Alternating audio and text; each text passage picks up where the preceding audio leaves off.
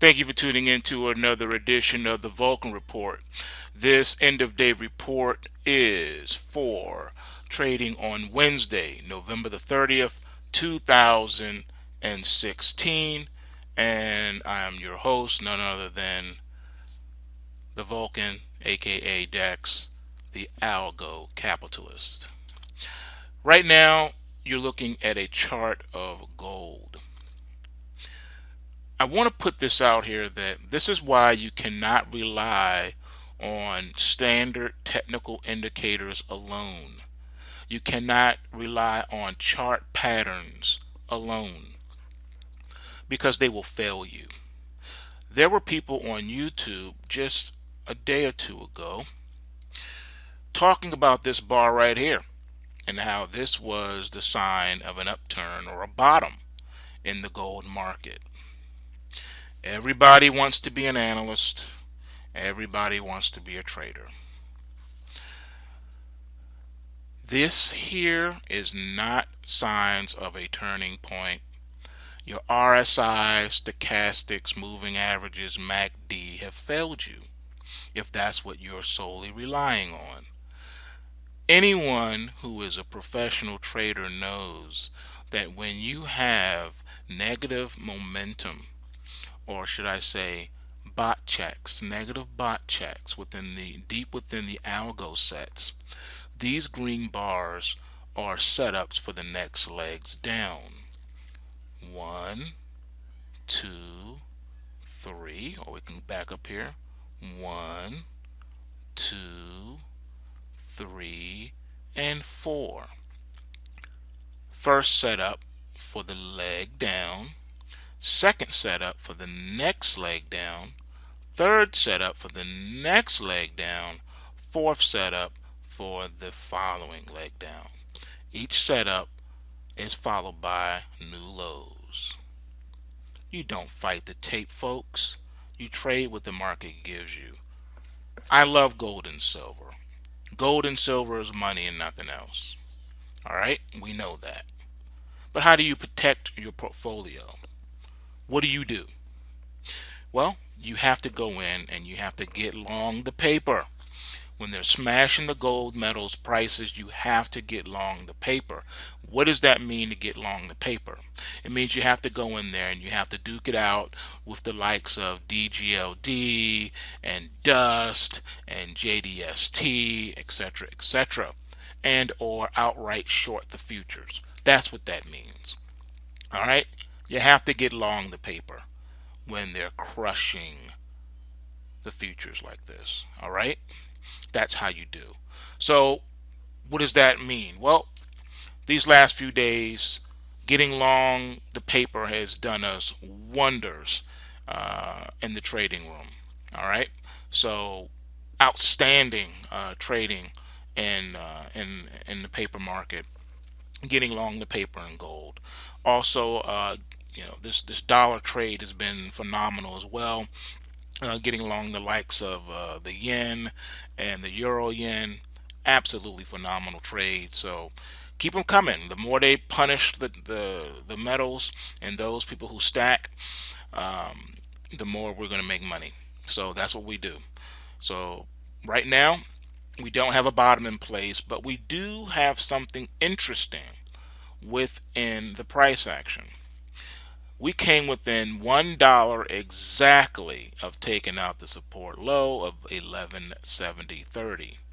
What did we hit today? 1171.30. $1 on the nose to the penny, and didn't take this out.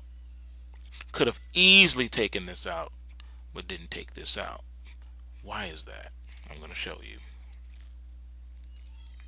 This is why we didn't. Remember what I was telling you about the Kumo cloud?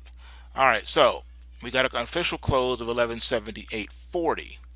Alright, that's what we got. That's what we're looking at. That's what we're contending with. Alright, so that puts us right there on the support line of the Kumo cloud. We could have easily closed below that and just accelerated, but we didn't. So the question is, are we going to start consolidating now as we get closer to the ramp and then we take off to the races? or is it going to give us a head fake update within the Kumo cloud? We're going to move higher within the Kumo cloud. This is a weekly chart. Are we going to move higher, get a nice green bar here, and then we collapse back down again, setting up another leg down? That's the question. Remains to be seen.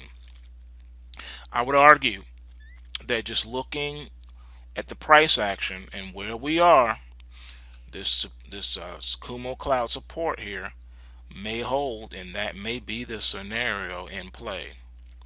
However, we're not dumb. We're going to trade what the market gives us. All right, you can pontificate all you want, but you got to follow the algos. You know the central banks are in here. You know that's who you're competing against. You know the Fed is in here banging it out. So what are you going to do? You can't fight the Fed. So whatever they're going to do, you have to follow suit with them. All right. And one of the things to note is look at this dollar. All right, they're keeping this dollar propped up. They've been doing this for a long time. You can see here, excuse me, what they've been doing it. They don't let it get too low, then they bang it out, and they start pumping money into it. So it's hanging out here at these highs. Every attempt to short has been met with devastation. So again, you trade what the market gives you until otherwise noted. All right. On the weekly chart, the dollar is supported at par 06. All right. So 100.06 is the weekly support right now. If it crashes through that support, then your next leg down is going to be right up in here. All right, right around this 97.53 mark. So that's where you are.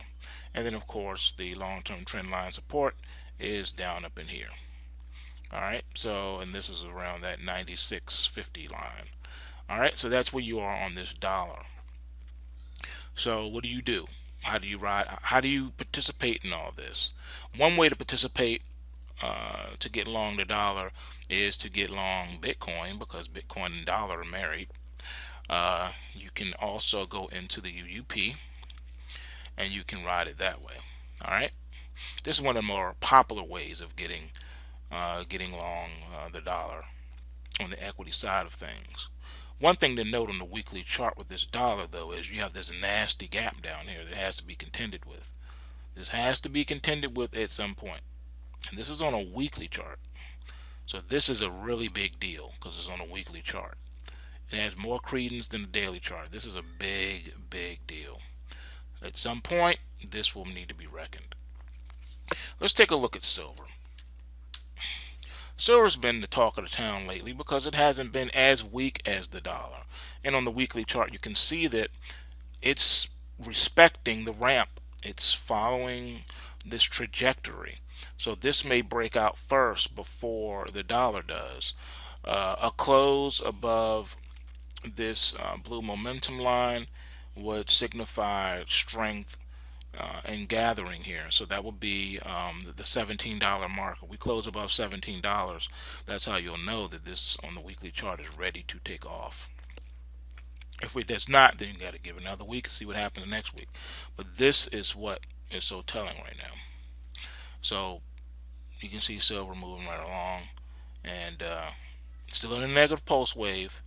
But the overall picture, even though it's still bullish and it's in a bullish retracement, it's retracing off these previous highs, it's still set up to do what it's going to do. That's why I love the pulse waves. The pulse waves go beyond, above and beyond standard technical indicators and standard technical analysis and charting patterns and all these other things. It goes deep within the algo sets at the exchange level. It goes deep into the market depth. It goes deep into the put call ratios, and it looks at various things, crunching thousands of lines of code. That's the beauty of the pulse waves. In addition to that, the beauty of the pulse waves is also that it's global. The pulse wave mechanism trades on all the exchanges all over the globe. Every security, all the stocks, forex, futures, you name it. We have people in the trading room literally representing just about every continent on the globe, trading just about every exchange on the planet. It's phenomenal. It's awesome. No other system, signal service, I don't know, anybody on YouTube or the internet for that matter, no one else has the pulse wave mechanisms. No one else can claim and can brag or boast or even suggest that they're able to trade all of the exchanges and that they can trade any stock, forex, and futures contracts, and do so with robustness and consistency as far as profitability goes. No one else on YouTube can claim that. If they do, they're lying. But we can do that at the Academy if you follow the pulse wave systems. Sign up for the Academy is upon us. I will be doing a separate video about the Academy and how you can also sign up for that. The Academy is free for all premium members. All premium subscribers can attend the Academy for free. If you are not part of the Academy, excuse me, the premium membership, if you're not part of the premium membership, then you will have to pay. Registration will be forthcoming on that, and along with some other information. So you're going to want to sign up. Seating will be extremely limited. Extremely limited. There will only be 40 slots to attend the Academy. The Academy is going to be very intense. You will learn and see things that you have not heard, seen, or learned before. And there will also be live trading sessions and things of that nature. So you can really see the power of the pulse wave system. And again, seating will be extremely limited. And we'll leave it at that. Alright, moving on. Let's take a look at what's happening also in crude oil. There's been a lot of talk about what's been going on with the Saudis and things of that nature, and OPEC. Tons of news. I'm not CNN, I'm not Reuters, I'm not Bloomberg, so I don't really go into a lot of news and stuff. I've been asked to cover some things, but I like looking at the markets and looking at the chart, so that's what I like to stick to. Alright, crude oil on the weekly chart, it's still above the Kumo cloud, but it's still struggling overall. Can't take out prior highs. It's struggling. We're getting close to a possible pulse wave, but once again, it's having a hard time with $50. So are we going to see the petrodollar complex come together and just do some ridiculous bullishness, or are we going to see a breakdown? What do I mean by that? Well, the US dollar was struggling too with par. It struggled for the longest time, and finally it broke through it. So is crude oil going to finally break through $50 and just go bananas to the upside? It's a good question. So we're going to need to watch this one closely. Watch the pulse wave price triggers for possible entry points and rally alerts. So the way to participate in the crude oil, if you don't want to have the futures exposure, you can get long the paper. And getting long the paper in this one would be OIH or UCO or USO or DIG, which is one of my favorite. So we'll be watching this. Now, if the price action fails and we head lower and we crash below the Kumo cloud, then you're going to want to be looking at getting long the paper on the DUG, things like that. You're looking at your inverse ETFs. One other thing to take a look at here. There's also been some talk about the stock market crashing, and I'm just going to put it out here like this. You've heard all the chatter. People on YouTube love to talk about the crash, the smash, the splash. Let me ask you a question. You're watching this video. You're looking at the chart. Do you see anything bearish on this chart? I'll wait. I'll give you a moment to look at it. Is there anything bearish on this chart? I'm waiting. Show me your sell signal. Do you see a sell signal anywhere on this chart? No? You don't see a sell signal? Oh, okay. I'll give you one sell signal. There is one sell signal on this chart, except for it's not a signal. It's sort of a sign along the side of the road. And that's this pointer right here. At some point, this will be revisited. Can the Dow go to 25,000 first? Absolutely. There's no hard and fast rules with pointers because they're not like gaps. Gaps just have this magnetic black hole force field thing going on where they're pretty much filled almost instantly. But pointers, it could be a long time before pointers hit. But when you see these pointers, these spikes, look out, because something is going to be brewing. So we will at some point come here, revisit this, test it, take it out even maybe, but then it's just going to go right back up. They will not let this thing crash and burn unless it serves some kind of political purpose. Other than that, this is going to stay up. So I ask you again, anything bearish on this chart? Any sell signals on this chart? Have you heard me come out and say crash alert warning in the stock market?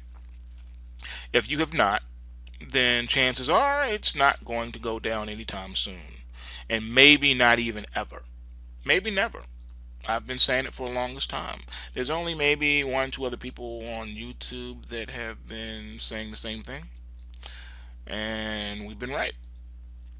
Once again, have you heard me say anything about a possible crash alert warning in the equity market? No, you haven't. It's been a long time since I've given out an alert like that because they haven't existed.